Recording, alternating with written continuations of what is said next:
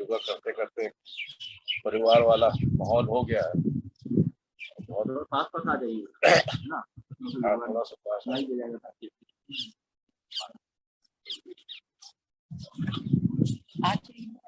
आगे आ जाइए, अच्छी तरह सुनाई देगा।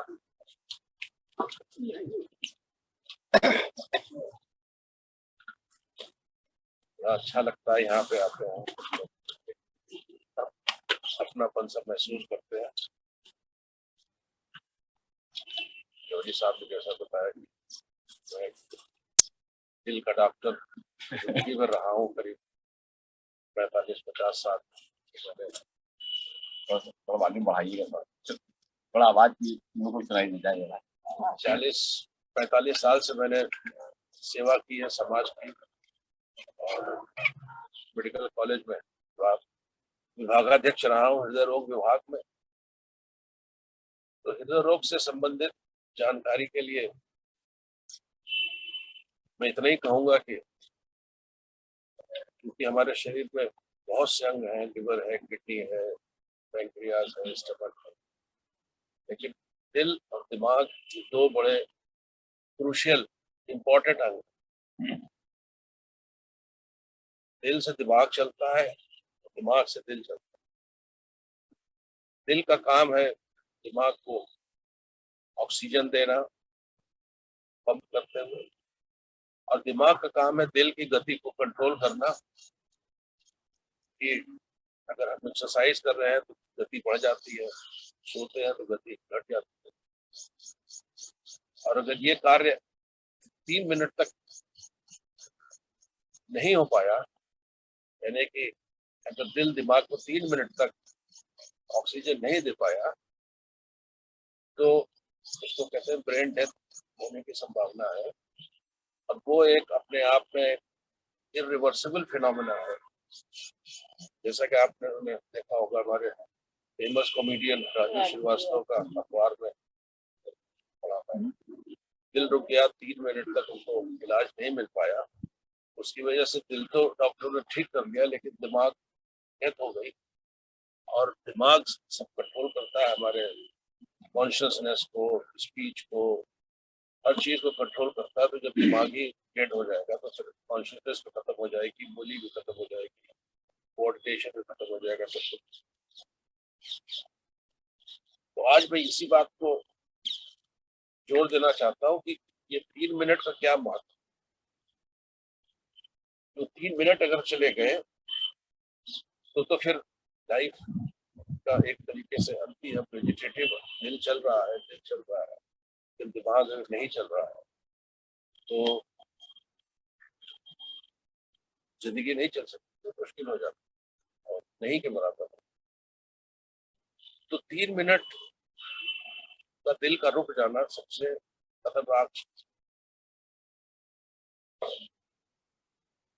दिल एक जनरल आपके उस समझने वाले दर्द तक है, तो पहले हम लोग टुल्लू पंप का इस्तेमाल करते थे घर में। हमारे वो होते थे पानी फेंकने। तो टुल्लू पंप में 3 चीजें होती थी। एक तो बिजली का तार, बिजली अगर नहीं आएगी तो पंप नहीं। दूसरे, एक तरफ से पानी, अगर टंकी में पानी खाली हो गया तो भी पंप नहीं चलेगा। तो पानी का आना और पानी का पंप के द्वारा उसको फेंकना, और पंप जो है वो मोटर है जो पानी को ऊपर करता है। दिल एग्जैक्टली वही चीज। खून एक तरफ दाहिनी तरफ आता है, और जब हम सांस लेते हैं तो खून दाहिनी तरफ से फेफड़ों में जाता है, और फेफड़ों में वो ऑक्सीजन देता है अंदर, और फिर बाईं तरफ आता है। और बाईं तरफ फिर जब पंप होता है तो पूरे शरीर में चला जाता है वो साफ खून। ये सबको मोटे तौर पर सबको पता हो।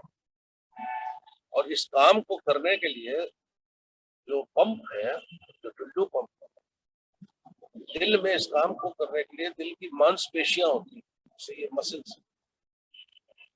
मांसपेशियां कंट्रैक्ट करती है, रिलैक्स करती है, कंट्रैक्ट करती है, रिलैक्स करती है, कंट्रैक्ट जब रिलैक्स करती है तो खून भरा, जब कंट्रैक्ट की तो खून फेंका।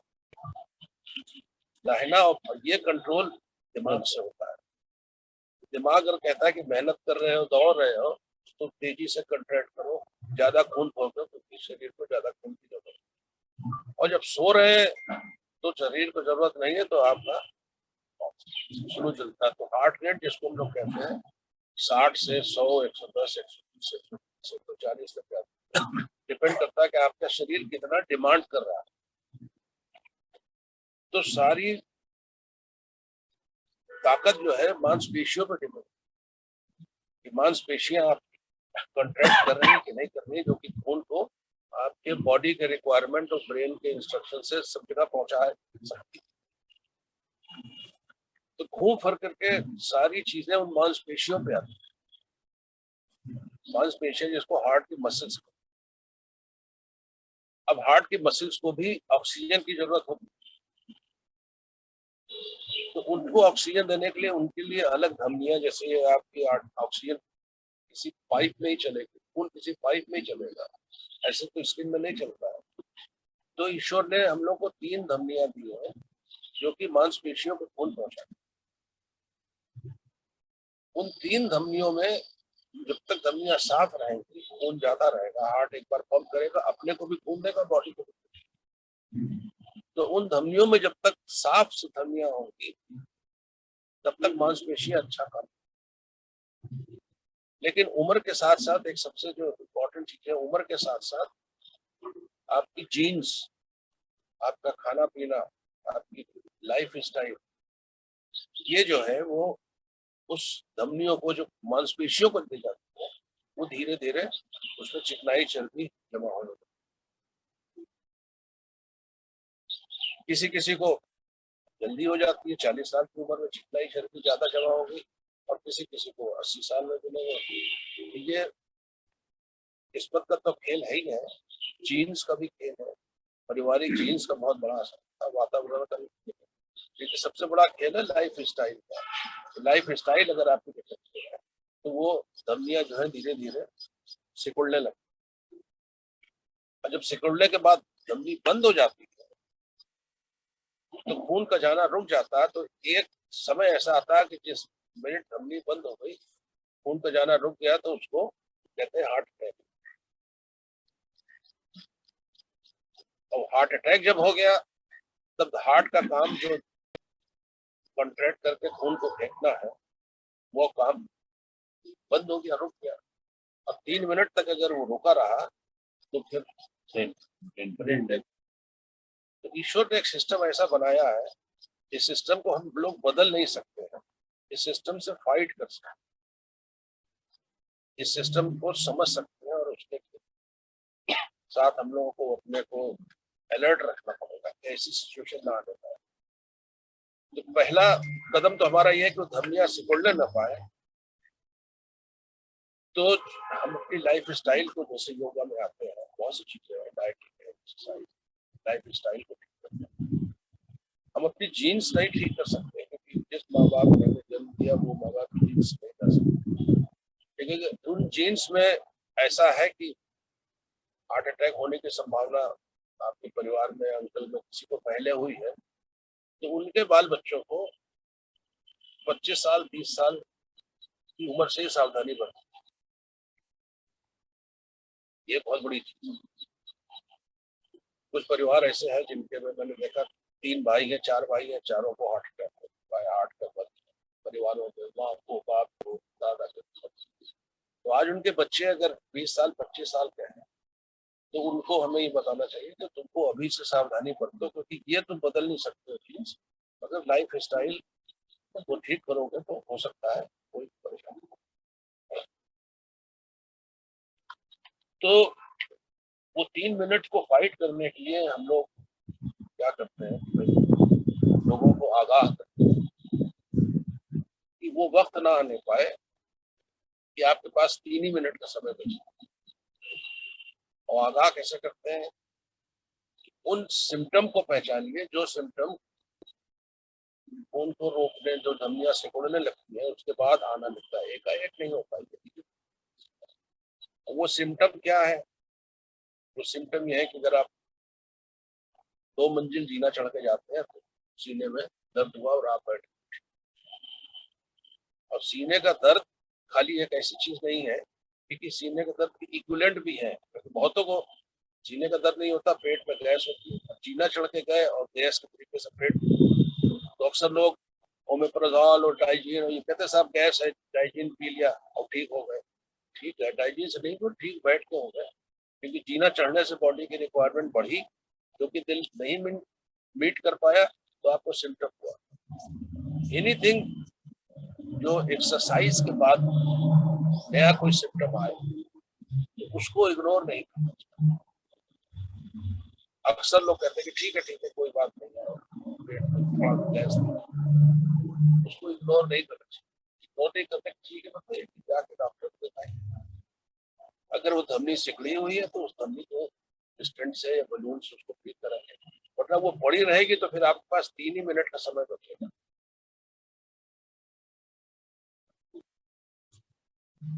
तो सिम्टम को पहचानना बहुत जरूरी है। वो सिम्टम जो आपको आगाह कर रहा है, वार्निंग दे रहा है। भगवान ने भी बड़ा हम लोग इतना कॉम्प्लेक्स सिस्टम बनाया, लेकिन मदद की भी बहुत सी चीजें, और मदद की सबसे बड़ी ये चीज है कि वो सिम्टम का आगाह वार्निंग सिग्नल्स देने लगता है।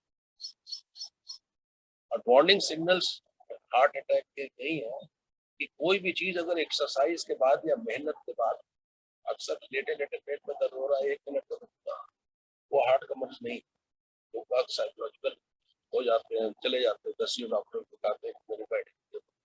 हार्ट का मर्ज वो है जो एक्सरसाइज पे मेहनत करने के बाद आए और मेहनत खत्म होने से ठीक हो जाए, वो हार्ट का मर्ज।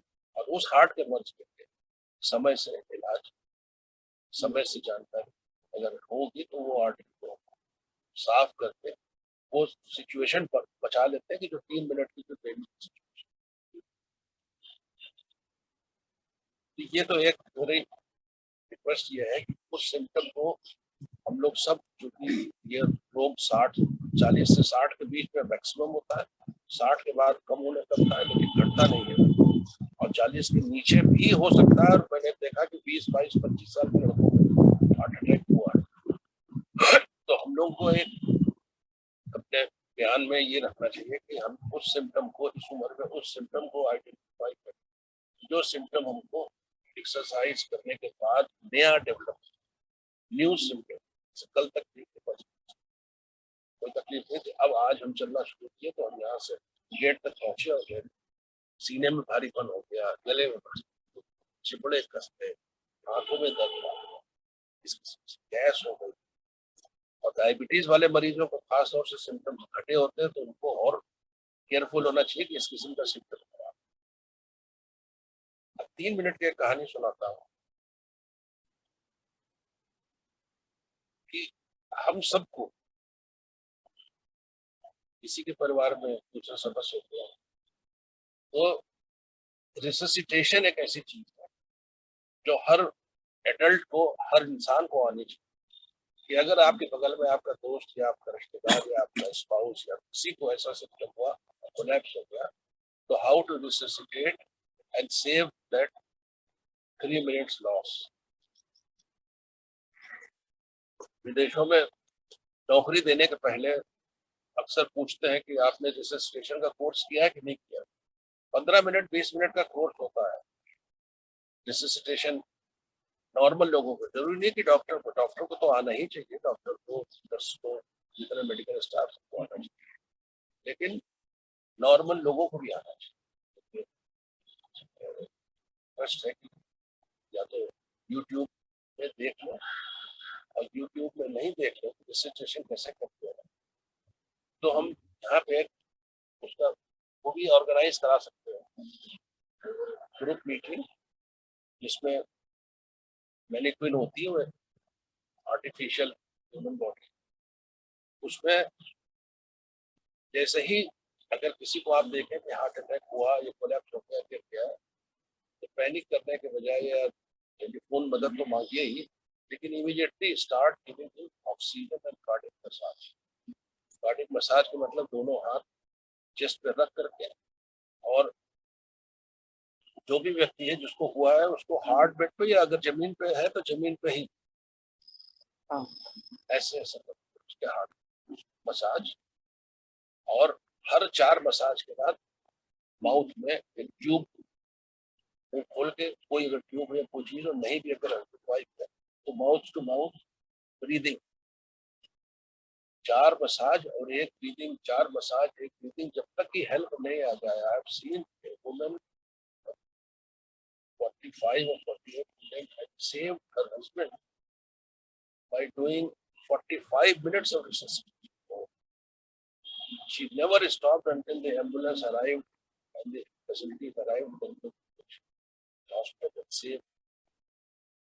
ये resuscitation की जानकारी मैं चाहता हूँ कि हम अपने यंगस्टर्स को भी अपने और कोशिश करेंगे कि यहाँ किसी के चीज को ऑर्गेनाइज कर देते हैं।